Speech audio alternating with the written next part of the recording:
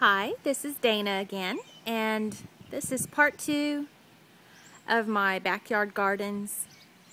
And this is just kind of a view of the rest of my backyard. And so I'll give you a little tour now, going in a little closer. This corner of our yard has a nice amber maple planted back here, and down below, this is a little messy. It's a little overgrown, but this is a lemon balm plant, which is in the mint family, and it's a nice herb for anything. You can use it in any recipes that you might like a lemony scent in. It's also really nice to put in your iced tea. And behind it, I have some spirea, which blooms pink. It's past its prime blooming season, but let's see, I'll zoom in a little closer. You can see what the pink blooms look like. I need to cut this back soon. If I cut it back this early in the season, it will probably bloom again for me. I have a little bird bath that's gotten overgrown back there. And I have pine trees growing in these back corners of my yard, and they're nice, but they also make it difficult to plant in the garden. So I have some phlox growing here. They smell really good. They bloom white. They bloom in the spring. They've already come and gone this year. And then over here is my coreopsis, and it is a double blooming variety, which means it has, like most coreopsis have a flat blossom, and these have a little more dimension to them.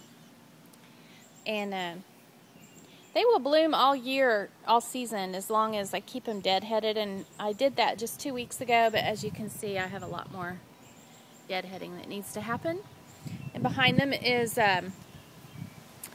supposed to be an annual salvia, but I planted it 5 years ago, and it just keeps coming back. And it's rated as an annual in my zone. I live in zone 7, but it does well, so I don't think it's actually an annual. Then I have some cannas. My neighbor thinned his cannas out and gave me a few, and I really like them. I love the color. And this is my idea of yard art, I guess. It's my mother-in-law's bicycle that she gave me out of her garage, so I could put it in my yard. And this is an Oklahoma redbud. It's our state tree. It blooms. This one blooms a really deep shade, kind of a purpley red in the spring. There are also white versions of this tree. Then over in this corner of the yard, I just planted this as a oak leaf hydrangea. It's still suffering a little bit from transplant shock.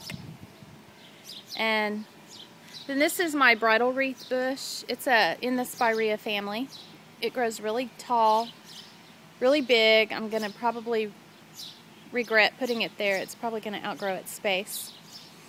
I have some iris. A lot of people don't like iris because they start to look like this in the garden this time of year, but they have such beautiful blooms on them that I'm willing to put up with the messy look in the summer. I just put in 2 matching crepe myrtles, and they will bloom. They're getting ready to bloom, actually. You can see the berries on top of them, and they will bloom a kind of a pinky red color. And these are daylilies. I'm sorry, I don't remember the name of the variety. I'm not real fond of the color of them, but for now they're going to stay. This is the area of my garden I've had a hard time developing. I've lost a lot of things over in this area, and it's been kind of slow to get filled in. There's a new lavender plant that I just put in this year. It will actually get fairly big, and I just need to probably trim it back the first year and let it get rooted really well. I once had some time growing in that bird bath. My bird bath is cracked, and so it doesn't hold water. So I need to put something new in there. This is Vinca, and these Nandina, these are a dwarf variety. They don't get any bigger than this. They turn a really pretty shade of red in the fall.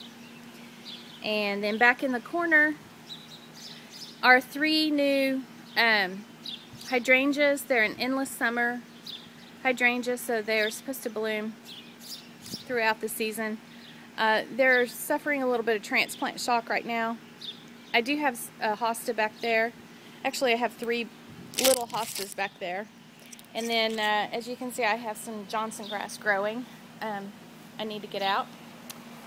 And then this is a Siberian iris. It blooms a really deep shade of blue. It's very pretty in the spring. It's about ready to be dug up and divided, and I'll probably move some of it to the other side. So that's the rest of my backyard. I also have this Chinese pistache tree. They're very easy to grow in Oklahoma, and this is a fairly new tree. I've only had it, I think, 2 years. So thanks for looking at my backyard.